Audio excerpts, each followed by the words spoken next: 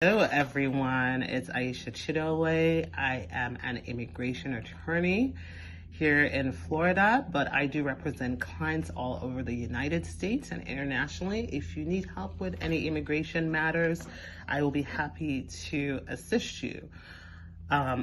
So there's been a lot going on in the news with new immigration laws that were passed last week, and I've been getting a lot of requests to discuss them. So today I want to talk about the public charge rule.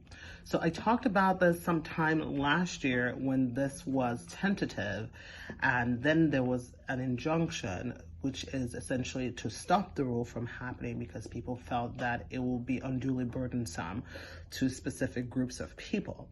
But, as of last week, the Supreme Court ruled in favor of the administration, and as of February 24th, 2020, the public charge rule and analysis is now in effect, or will now be in effect. The only state that is exempt from this rule is Illinois as of now. So, what is the public charge rule, aka the wealth test?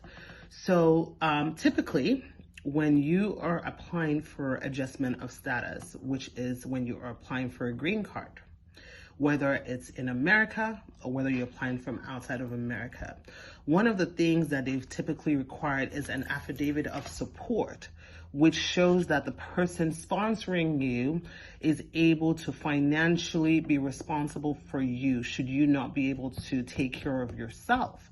So that was usually the financial hurdle that most people needed to cross up until this rule was passed. But now, what this rule is essentially saying is that you, the intending immigrant, must be self-sufficient. So not only are they going to look at your affidavit of support from whoever is sponsoring you, now you, the intending immigrant, has to show seven things are taken into consideration. One is your age. Number two is your health. Number three is your family status. Number four is your assets. So what is your financial assets? Number four is your resources. Number five is your financial status. And number six is your educational skills. So some things that are going to be considered positive versus negative. For example, your ability to speak English will be considered as a positive. And then if you cannot speak English, it's going to be considered as a negative. Your health conditions or your ability to pay for private health insurance is going to be considered a positive, or and then your lack of ability to pay for it is going to be considered as a negative. So they're not going to weigh just one factor. They're supposed to basically look at everything in totality, not just one of the factors that I've mentioned. And then once they look at it in totality, they can then use the discretion and make the decision of whether or not to approve you for a green card based on their analysis of all those things. Now, some people are asking, what would be considered like a non-public charge, but it's, publicly funded, for instance. I'm just going to give you some examples.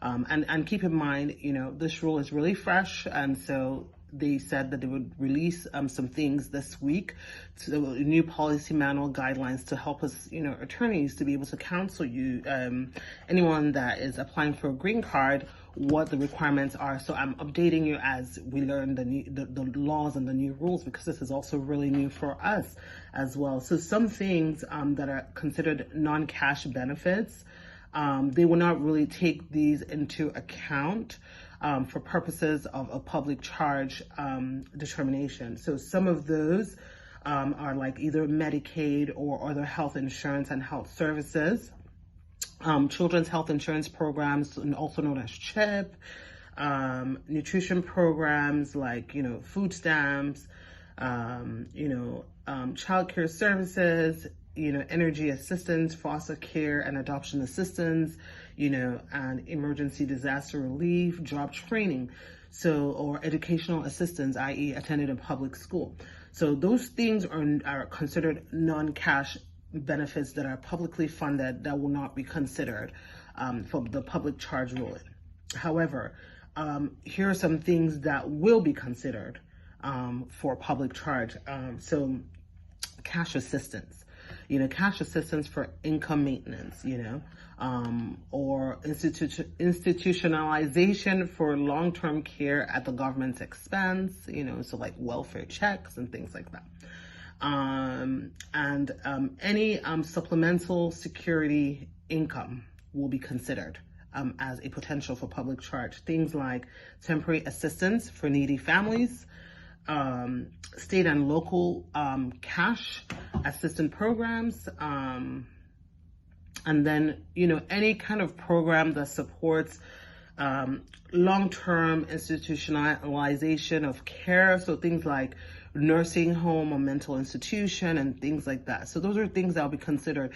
Again, this law is really fresh, so we're still learning. And how does that affect you if you've already put in an application right now? If you've put in an application already, you are not subject to the public charge rule, but any application that is postmarked on February 24th and above becomes subject to the public charge rule and evaluation of self-sufficiency. So if you are in the process or still, twiddling your thumbs, this is a good time to put in your application so that it's postmarked before February 24th.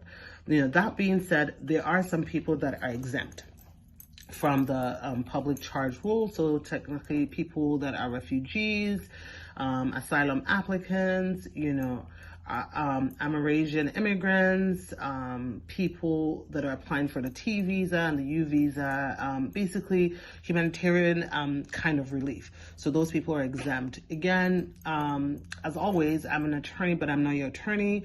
I'm providing this for information purposes because I know a lot of you are curious to know how this affects you. If you have any questions in particular about your own case and what you do qualify for, please give me a call. My number is 407-995-6567. Of course, I'd love for you to share the videos so that, other intended immigrants are aware of, the new rules. And I do hope you have a wonderful day.